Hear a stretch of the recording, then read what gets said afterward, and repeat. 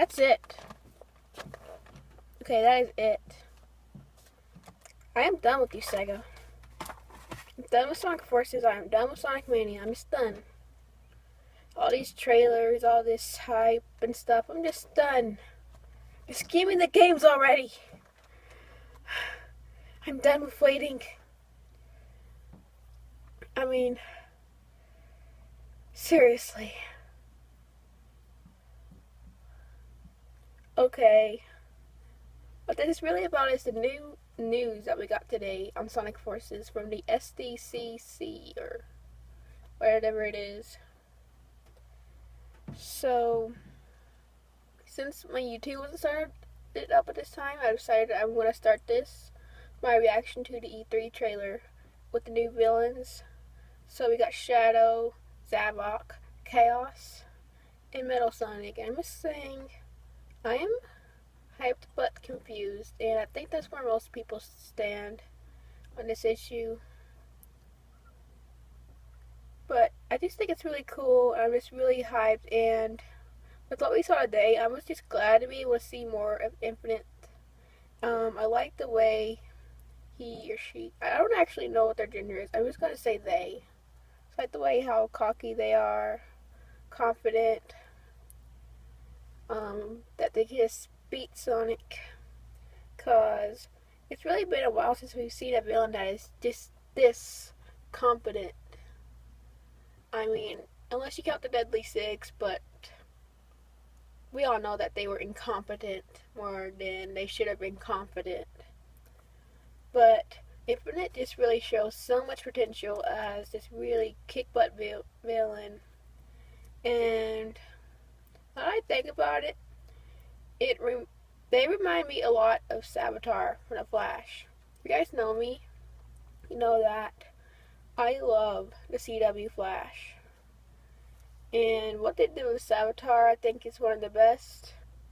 Kind of confusing, but honestly, one of the most emotional storylines I've seen in a while, especially considering that this is something that is coming out of DC.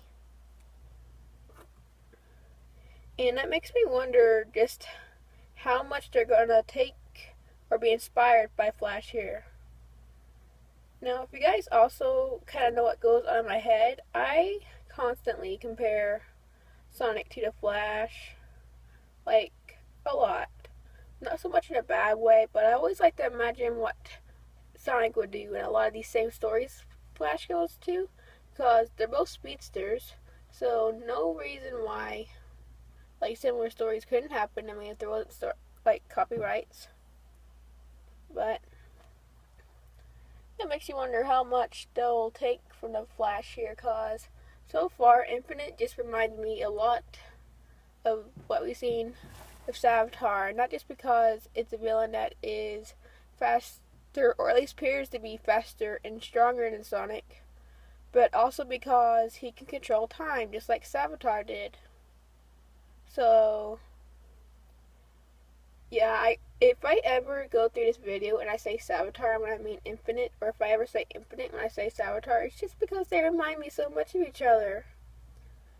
But let's just go ahead and actually analyze what we saw today.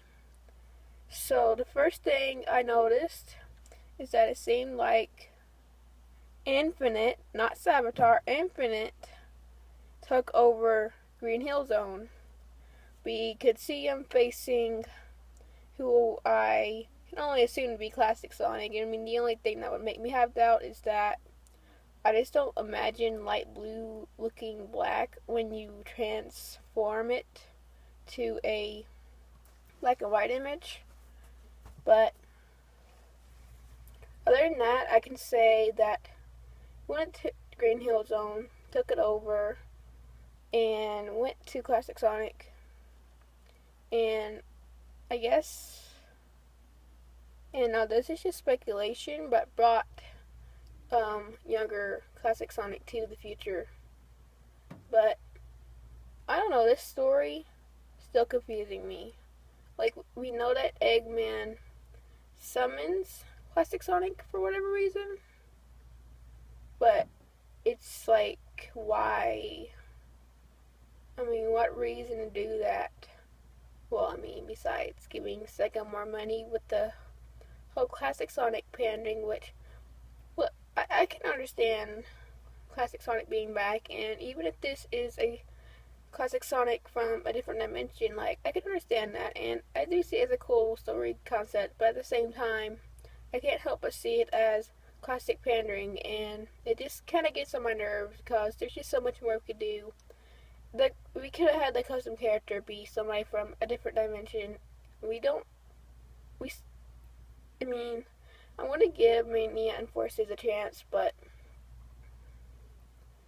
I mean, don't get me wrong. I'm just so hyped for these games, but just. I just really want to see what they do with younger Sonic and see if his presence can really fully be justified. Cause so far I can understand it, and I can see even how that would be good as a business decision, but I just don't think it's still fully justified. Cause even if he is there for a good story reason, um, you could still replace him with another character. But at the same time, I guess he does help break up the boost gameplay, which even as someone that really enjoys the boost gameplay, I still think it needs to be broken up. So hopefully this will be better than the Werehog. Don't get me wrong, I like the Werehog stages, but I don't prefer them. So let's get back to the main topic of analyzing the trailer. Now, I can't help but realize that the trailer took place in 3 different places. Of course, we got Green Hill Zone first. That's what we saw first in the black and white, and I can only see it as Green Hill Zone. I can't possibly think of what other place it could be, except maybe Splash Hill, but I digress. And then we see our second location of the trailer, which appears to be exactly where we left off in the E3 trailer. And I have to say, and I'm not sure if I already said this, but so glad to see Tails there in like full form instead of just being there in like a bubble during gameplay. And I hope we get to see the Chaotix, Knuckles, and like Silver and Amy in the actual cutscenes like soon. Perhaps before the game comes out. Especially Knuckles. Fun fact, Knuckles is my favorite character. And the third place that we saw in the trailer is the one that messes with me the most. Because it seems like in the other place that he had just met Infinite, but in that other location it also seems like he just met Infinite. So I guess it could seem like it could be the same place. But as we saw in the trailer, the city place, the Park Avenue, is not very wooded. Any plants there are just grass peeking up through the cracks. And it was very obviously daytime, possibly later in the afternoon. But in the other place we saw, which I don't know where that is, so I wish I could give it a name, but there is no name. And I can't really think of anything on the top of my head. But we can see that there was like trees and stuff. So it, in my opinion, kind of looked like an old, ancient, ancient architectural site of some sort, I guess. Hold on to that idea. We're going to come back to it later. So one thing I want to talk about is the plot I'm seeing for this. The things that I think are going to be most reasonable. So, if you actually read the description to the E3 trailer, you can see that yes, Eggman did group up the for villains and Infinite. And that makes me think that it's just gonna be kind of more of a Sonic Lost World again. With Eggman using them and possibly turning on him. We still don't know what's gonna work out. But I still think the whole concept of Big Man gathering other villains and using them just still feels super cliched. And I really hope the execution works, or the story for this game is just not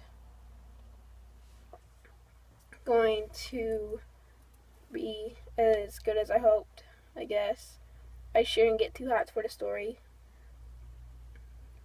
But I always like to say that the execution of a concept is also important, and that true originality comes not from the concept, but from execution. I mean, look at Pixar. Several of their movies are about two characters who have clashing personalities going on an adventure of some sort. But they make this work so many times, and every movie still feels fresh because of the execution. Just compare Finding Nemo, Marlin and Dory going through the ocean to find Marlin's son, Nemo, to Inside Out, where we got joy and sadness. Obviously clashing personalities, trying to return back to headquarters. It's kind of the same concept, but because of the way they're executed, they both work.